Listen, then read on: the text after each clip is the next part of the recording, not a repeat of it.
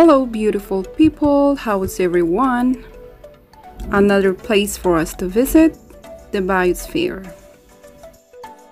Guys, come with me as we go explore. The biosphere, also known as the Montreal Biosphere.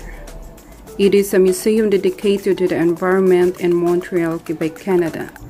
It is housed in the former United States Pavilion constructed for Expo 67, located within the grounds of Parc Jean-Drapeau and St. Helens Island.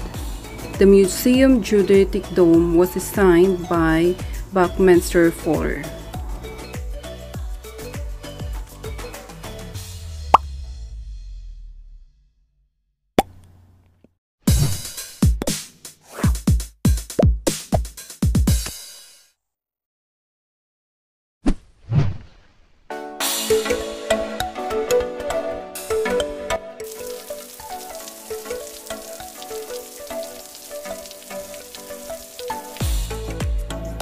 So guys, dito na tayo. At least tumila na yung ulan, so we can just go and walk para makita natin kung ano po yung nandito.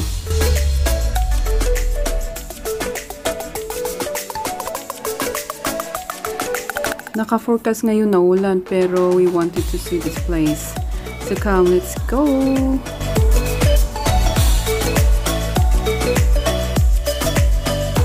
Hello guys, so we're here at Biosphere. So it's raining today, but we enjoy the rain.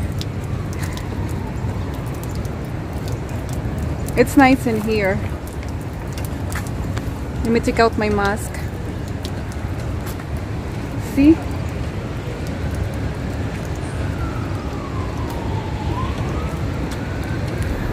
That's my husband. Wait, what? Oh yes. May ano siya, nagbibideo rin siya kasi may YouTube channel din siya. Follow nyo habang siya nakatalikod, Durogi on the Move. I would love to sit in here but it's wet. It's a big chair. See how it's bigger than me. Look.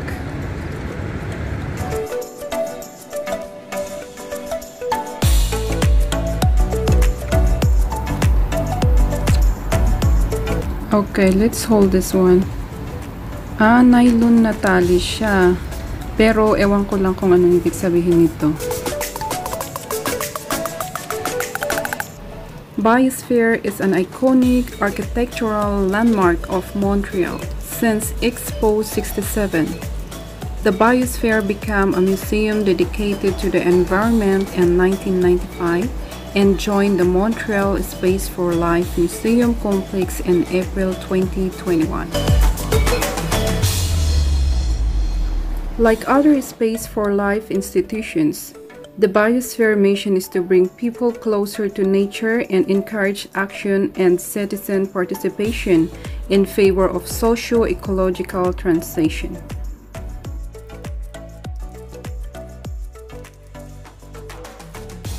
This is also one of the public art. Okay. Darling.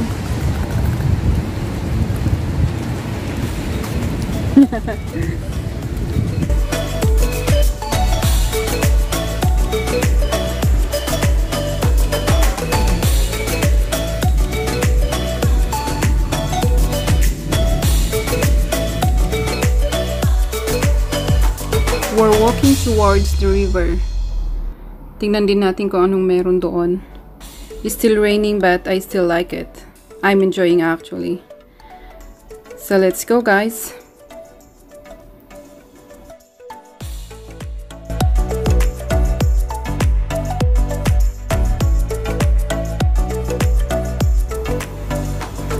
This stainless steel sculpture is the work of Alexander Calder, the acclaimed American artist known for his mobiles.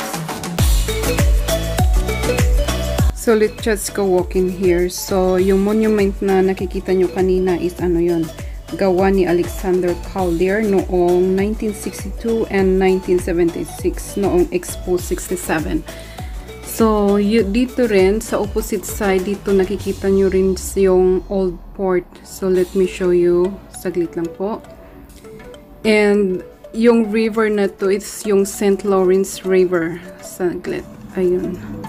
Here. This is a St. Lawrence River na pinakita ko nung unang mga vlog ko. And this is the old port.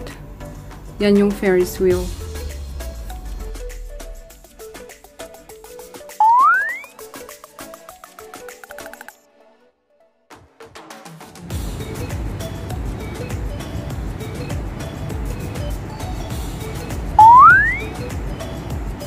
Darling, kumita ka. Darling, kumita ka.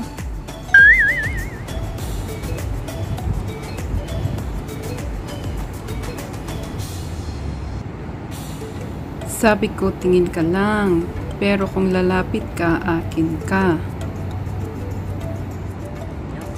Lumalaki ka, oh. Ito yung St. Lawrence River. Ang opposite side is Old Port. Okay, so balik na tayo kasi parang palakas na yung ulan. So ito yung public art ni Alexander Calder.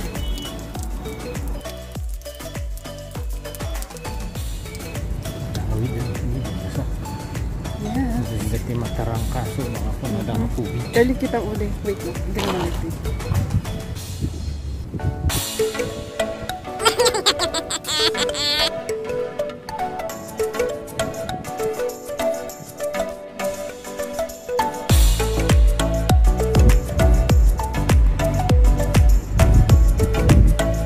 Guys, do you know how to take a nice photo?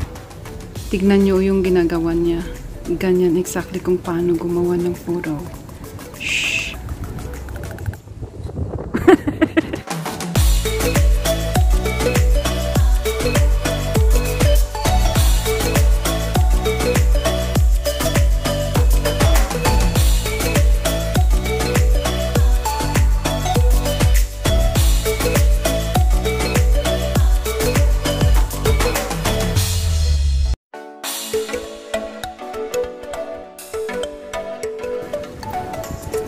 We're heading home kasi lumalakas na yung ulan at saka malamig na rin ang hangin.